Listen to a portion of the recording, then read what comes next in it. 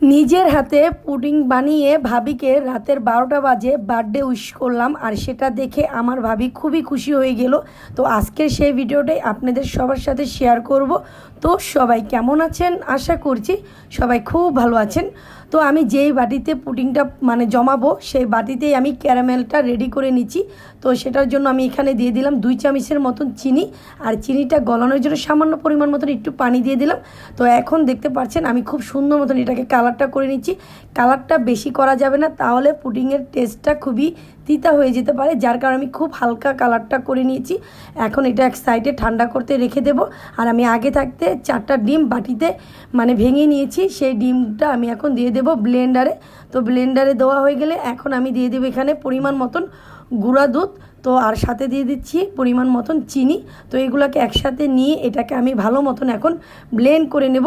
তো আমার কাছে মনে হলো হাতের থেকে ব্লেন্ড করে নিলে জিনিসটা খুব ভালো হয়। তো এখানে দেখতে পাচ্ছেন আমি 1 লিটারের মতন দুধ নিয়েছিলাম, সেই দুধটাকে আমি জাল করে ভালো মতন 1 পার মতন করে নিয়েছি। কেননা দুধ জিনিসটা যত আপনি জাল করবেন অতই খেতে পুডিংটা মাশাআল্লাহ খুবই ভালো লাগবে। তো এই তো দেখতে পাচ্ছেন আমি খুব সুন্দর মতন এটাকে ব্লেন্ড করে রেডি করে নিয়েছি। এখন যে পাত্রে আমি পুডিংটাকে জমাবো সেই পাত্রে এখন আমি ঢেলে নিচ্ছি। তো দেখতে পাচ্ছেন খুব সুন্দর মতন তো এই তো ঢালা হয়ে গেছে।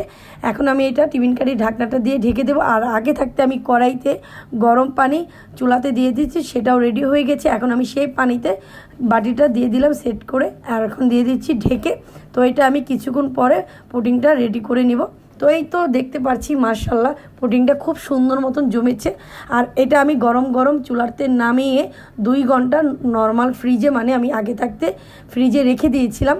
তো এখন আমি সেটা ঠান্ডা হওয়ার পরে বের করে এখন ছুরিটার সাহায্যে এটাকে আমি সাইডগুলোকে ভালো মতন কেটে নিচ্ছি। তো এই তো এখন আমি এটাকে একটা প্লেটে নিয়ে উৎ করে নিলাম। আর এই তো দেখবো এখন মাশাআল্লাহ কত সুন্দর এসেছে আমার এই পুডিংটা, কালারটা যেমন দেখতে পাচ্ছেন। তো এটা আজকে যে আমি রাতে 12টা বাজে ভাবির জন্য রেডি করেছিলাম, সেটা আমার ভাবি জানতেই না যে তার বার্থডে।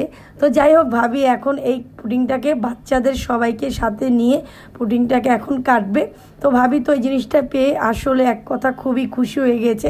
কেননা প্রিয় মানুষকে এরকম মাঝে মধ্যে সারপ্রাইজ দিলে সেটা হঠাৎ করে পেলে সেই প্রিয় মানুষটা অনেক খুশি হয়ে যায়। তো যাই হোক, আজকের এই ভিডিওটা আপনাদের সবার কাছে কেমন লাগলো সেটা অবশ্যই আমাকে কমেন্টে জানাবেন।